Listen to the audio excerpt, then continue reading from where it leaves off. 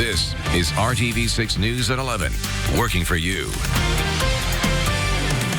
And new at 11 tonight, we are learning more about the moments leading up to the arrest of a state lawmaker. RTV6 is working for you to find out how Representative Dan Forrestal will be held accountable for allegedly impersonating a public servant and resisting law enforcement. RTV6's Cameron Riddle walks you through what happened Saturday night that ended with Forrestal getting arrested for operating a vehicle while intoxicated.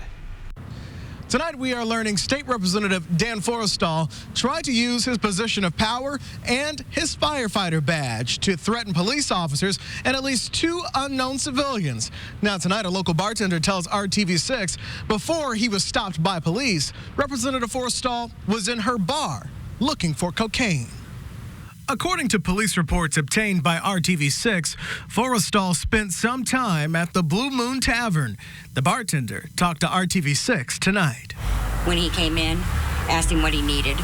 He didn't want to order a drink. He was just looking to purchase drugs, cocaine.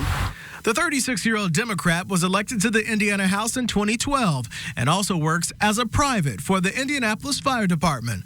The bartender, who didn't want her face shown, told police and RTV6 Forrestal flashed his state representative ID and his IFD badge, asking customers for party favors.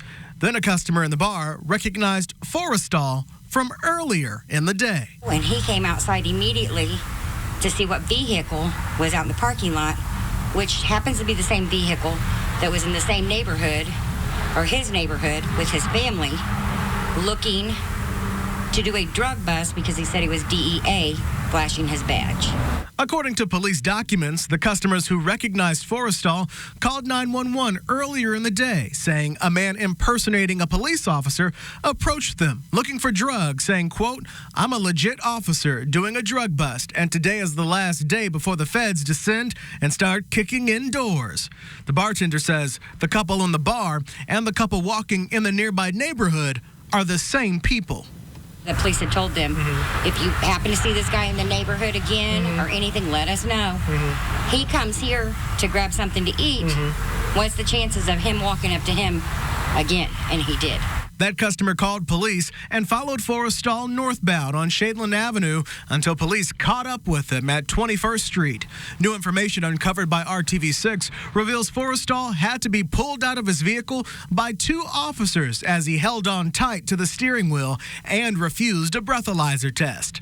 Police say Forrestal threatened to have the officers fired and then identified himself as a state rep, firefighter, and the nephew of Marion County Sheriff Carrie Forrestal.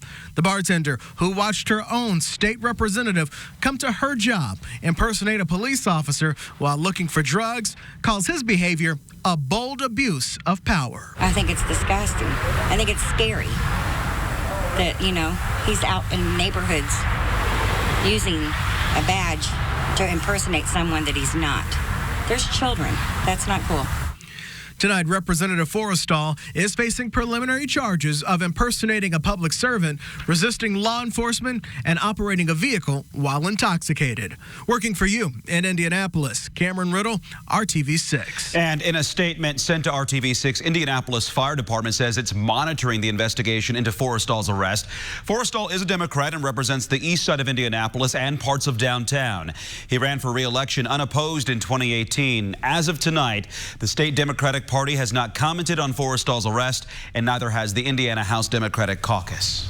New at 11, after hours of speculation on Andrew Luck's injury, sparked by comments made by Colts owner Jim Irsay, the team's general manager shared new info in a late evening conference call. RTV6's sports director Dave First was on that call.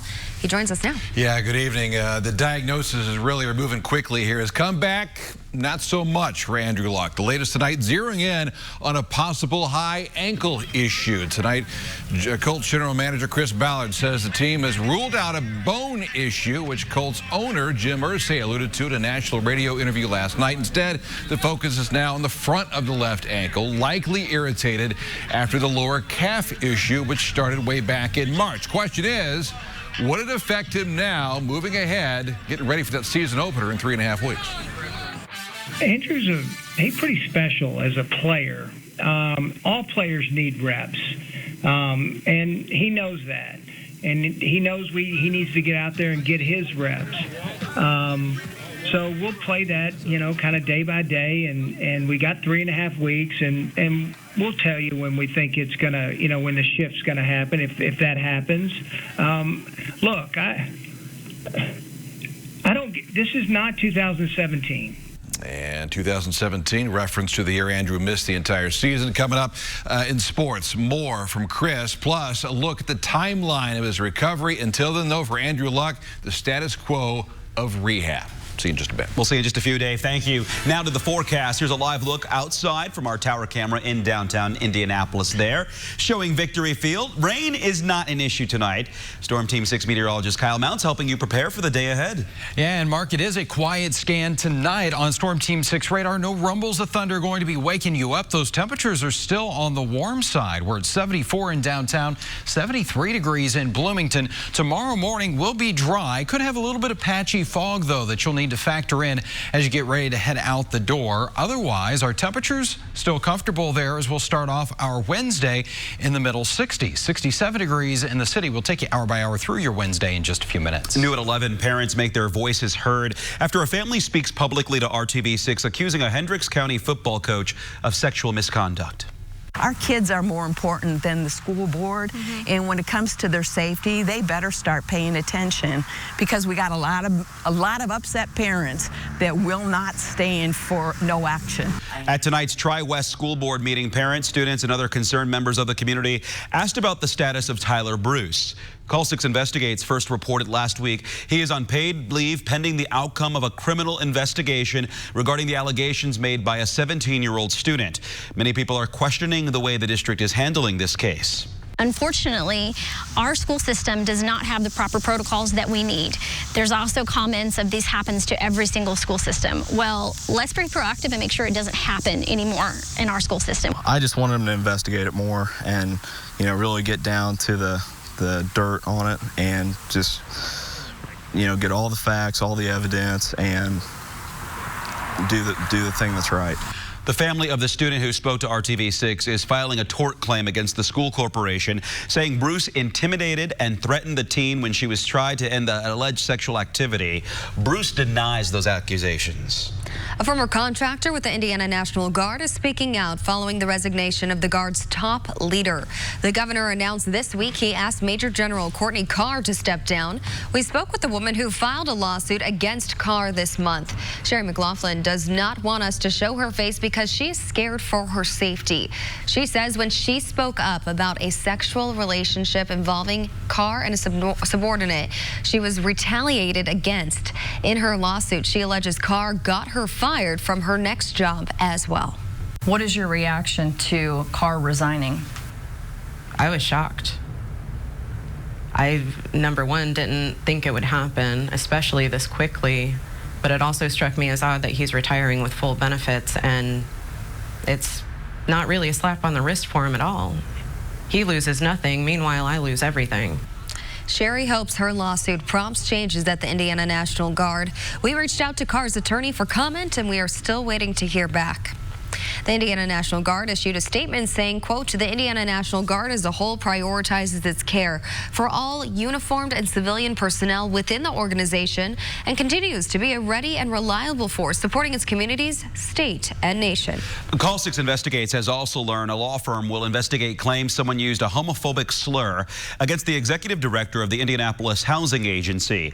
Today, the IHA board voted to launch an independent investigation of the incident under the mayor's direction. Rod Morgan is accused of using the derogatory slur against John Hall at the end of a meeting last month.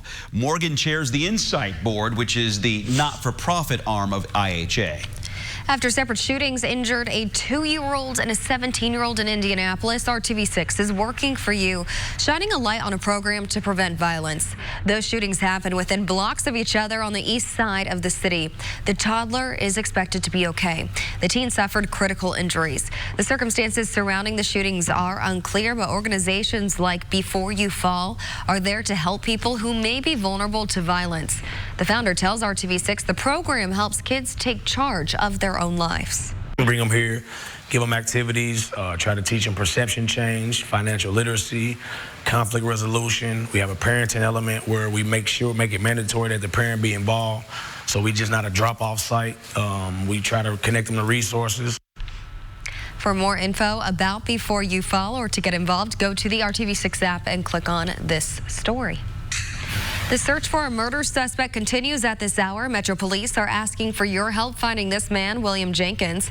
He is accused of shooting and killing Yolanda Moffett Santiago last month on Central Avenue near 38th Street on the north side. Police say Jenkins may have altered his appearance since that murder. If you have information, call Crime Stoppers at 317-262-TIPS. New information from police reveals a timeline in the Dayton mass shooting, but not a motive. Authorities say Connor Betts arrived in downtown Dayton around 11 p.m. on August 3rd. Video shows him going into a bar with his sister and a friend. Later in the night, Betts goes to another bar, then goes back to his car and returns to the bar district wearing body armor and a heavy backpack. The shooting started just after 1 a.m. I would say that the body armor, because of the way it was worn, was vulnerable. And fortunately, we were able to take advantage of that vulnerability. Investigators say Betts was in contact with his sister throughout the night, even calling her at one point. It's still unclear whether she was shot on purpose. Today, a statewide faith group delivered a letter to Governor Eric Holcomb in response to the recent mass shootings. The group Faith in Indiana wants the governor to push for stronger gun safety legislation and address bigotry and racism. The governor's office released a statement saying, quote, Governor Holcomb will always look closely at the overall needs and best interests of our state as he aims to keep Indiana moving forward in the best way possible. There is no higher priority than the safety and security of Hoosiers. Another local animal shelter is offering free adoptions as it deals with overcrowding. The Humane Society for Hamilton County will host a Clear the Shelter event on Saturday. The shelter will be open from 9 to 5. Fees will be waived for most animals. A $10 processing fee will still be applied. Coming up here, how a barbershop program in Indianapolis is helping high school students go from classroom to career. And an outbreak of dog deaths related to something commonly found in water has pet owners on alert. Next, how you can protect yourself and your beloved four-legged friends. You're watching RTV6 News at 11. With more work to do. This is RTV6 News at 11, working for you. People need to know about this. Like I said, if we had any clue that this was a thing, they would have never come. I had no idea. A warning for dog owners after the deaths of 4 pets in multiple states. The deaths are linked to toxic algae that has been detected in some Indiana lakes. The harmful algae can bloom anywhere in the U.S. in fresh water, marine waters, and swimming pools. Working for you, we want to give you some ways that you can spot the danger and protect your pets. The algae often smells bad, but it may attract animals. If you see it, don't let your dog drink or play in the water. If your dog has already been exposed, rinse them off immediately in clean water, wearing gloves to protect yourself as well. The toxins are also dangerous to humans. Symptoms can start within 15 minutes or take several days, including vomiting, weakness, and difficulty breathing. For a full list of where the algae has been found in Indiana, go to the RTV6 app and click on this story. Police say the man accused of shooting up a veterans hospital in Chicago is from Indianapolis. FBI investigators say 40-year-old Bernard Harvey Jr. opened fire inside and outside the hospital yesterday afternoon. Officers spotted him in a clinic area and ordered him to drop his rifle, which he did. Amazingly, no one was hurt. Authorities say Harvey is not a military veteran. He has several previous felony convictions, including gun offenses, and was not legally allowed to have a gun. We're also learning the gun he stole was one of more than 30 stolen from a store in New Whiteland last month. According to reports from the ABC affiliate in Chicago, investigators are trying to figure out how Harvey wound up with the stolen gun. And an alert neighbor in Noblesville may have saved lives this morning after seeing smoke coming from a home on Coventry Way. Firefighters say that neighbor went to the house and rang the doorbell to wake up anyone that was inside.